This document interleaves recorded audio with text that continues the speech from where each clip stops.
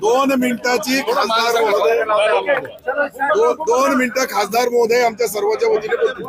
तुम्ही आता दोन्ही गेली अनेक महिने दोघांमध्ये वाद चव्हाट्यावर येत होते, आता ते वाद मिटलेले आहेत, तर तुम्ही एकत्र गाडीमध्ये आलेला आहात. 100% आमचे वाद मिटलेले आहे. फक्त तुमच्याकडून काही वाद निर्माण होऊ नये याची दक्षता आम्ही बी घ्यायला पाहिजे, तुम्ही बी घ्यायला पाहिजे.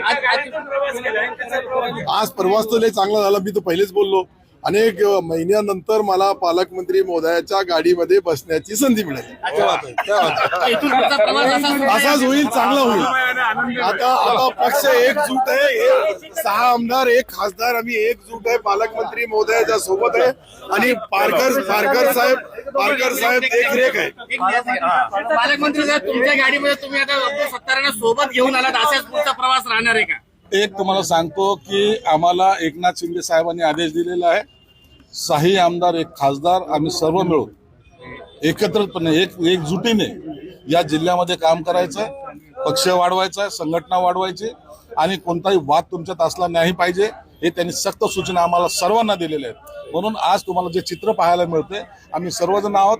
सत्तार आज माझ्या गाडीमध्ये होते, याचा आनंद माझ्यापेक्षा तुम्हाला जास्त झाला असेल आणि म्हणून असाच आनंद तुम्हाला मिळावा असा प्रयत्न आमचा राहील. मनभेद मिटले का?